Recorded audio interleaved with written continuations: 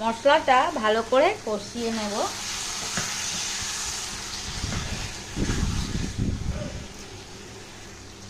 মশলা কষা হয়ে গেছে, দিয়ে দিচ্ছি জল।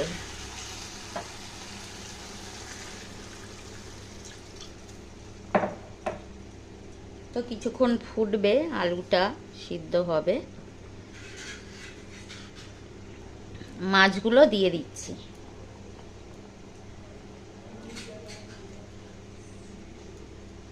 যেহেতু এটা শোল মাছ, তাই আলুর সাথেই আমি দিয়ে দিলাম। এটা ভালো করে সিদ্ধ হবে, ঝোলে ফুটবে। দিয়ে দেব অল্প গরম মশলা,